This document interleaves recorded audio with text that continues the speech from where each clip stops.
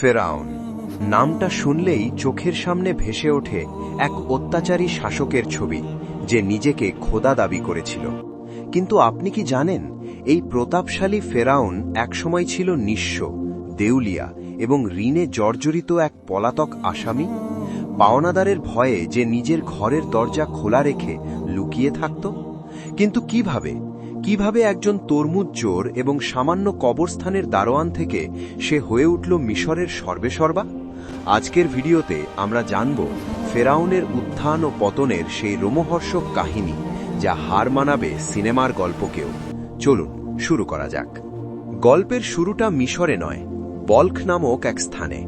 ফেরাউন তখন চরম অর্থকষ্টে।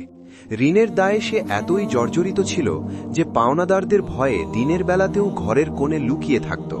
সে এক অদ্ভুত কৌশল অবলম্বন করত। ঘরের দরজা সবসময় খোলা রাখত, যাতে পাওনাদাররা এসে ভাবে বাড়িতে কেউ নেই, হয়তো কোথাও পালিয়েছে। দিনের পর দিন অপমান আর ভয়ে থাকতে থাকতে ফেরাউনের মনে জেদ চাপল। সে ভাবল, এভাবে আর কতদিন, আমাকে ঘুরে দাঁড়াতেই হবে। সেই সময় মিশর ছিল ধন সম্পদে পরিপূর্ণ এক সমৃদ্ধ দেশ। এক গভীর রাতে লোকচক্ষুর আড়ালে ফেরাউন বলখ থেকে পালিয়ে মিশরের উদ্দেশ্যে পা বাড়াল। দীর্ঘ পথ পাড়ি দিয়ে যখন সে মিশরে পৌঁছল, তখন সে ক্লান্ত এবং ক্ষুধার্ত। কিন্তু ভাগ্যের কি পরিহাস, এখানে এসেই তার দেখা হলো পুরনো বন্ধু হামানের সাথে। হামান অবাক হয়ে জিজ্ঞেস করল, বন্ধু, তুমি এই ভিন দেশে কেন? ফেরাউন দীর্ঘশ্বাস ফেরা জানাল তার দেউলিয়া হওয়ার কাহিনী। এরপর দুই বন্ধু নামল জীবনযুদ্ধে। পেটে ক্ষুধা, পকেটে নেই কানাকড়ি।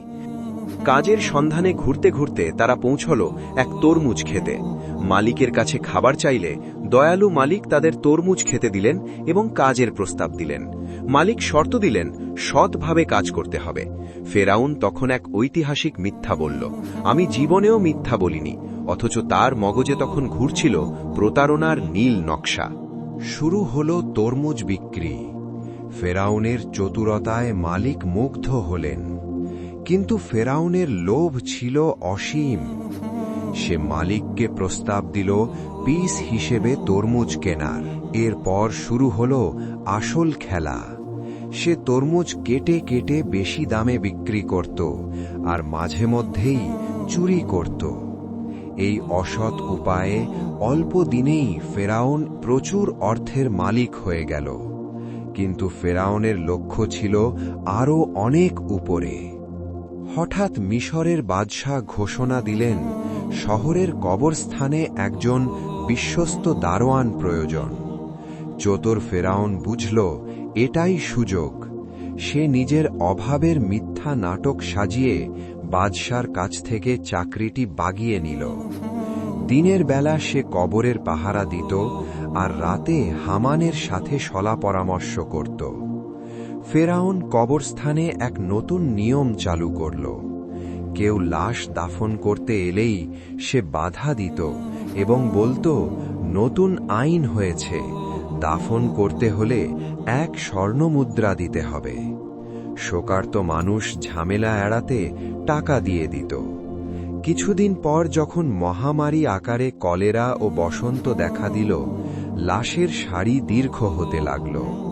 ফেরাউন নির্দয়ভাবে ফি বাড়িয়ে 2 স্বর্ণমুদ্রা করে দিল। মানুষের কান্না আর লাশের স্তূপের ওপর দাঁড়িয়ে সে জমালো পাহাড় সম সম্পদ। 1 বছর পর ফেরাউন 2 বস্তা স্বর্ণ মুদ্রা নিয়ে সোজা রাজদরবারে হাজির। বাদশাহ অবাক। ফেরাউন বলল, জাহাপনা, এই অর্থ আমি জমিয়েছি গরিব প্রজাদের খাজনা পরিশোধের জন্য। বাদশাহ তো মুগ্ধ। মুহূর্তেই সারা দেশে রটল, ফেরাউন এক মহান ব্যক্তি, যে গরিবের বন্ধু।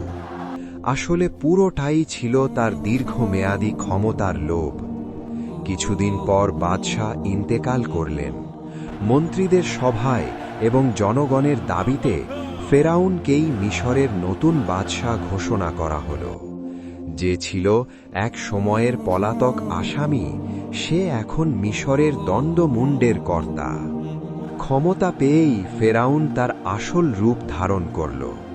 প্রথমে সে লোক দেখানো খাজনা মাফ করল, কিন্তু এরপরই বন্ধ করে দিল শিক্ষা ব্যবস্থা, কারণ সে জানত মানুষ শিক্ষিত হলে প্রতিবাদ করবে। চালু করল মূর্তি পূজা এবং চূড়ান্ত পর্যায়ে নিজেকেই খোদা বলে দাবি করল।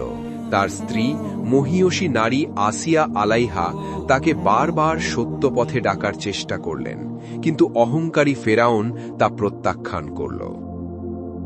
কিন্তু জালেমের পতন অনিবার্য। এক রাতে ফেরাউন এক ভয়ানক স্বপ্ন দেখল।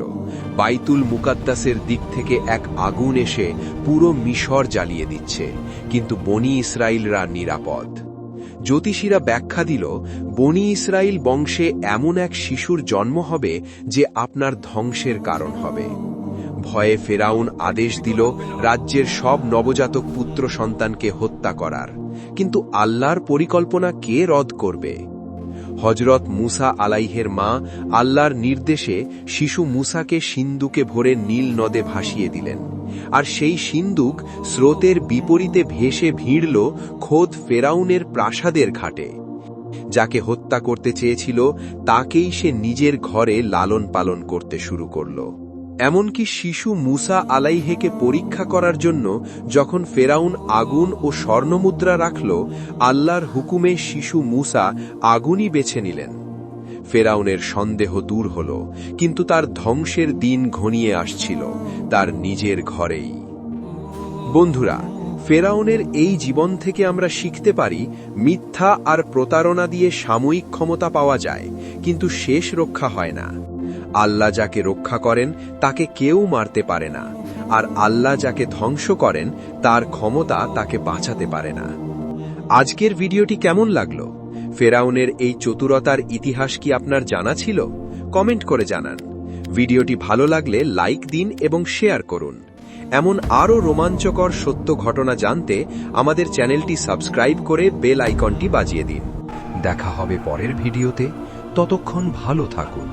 আল্লাহ হাফেজ।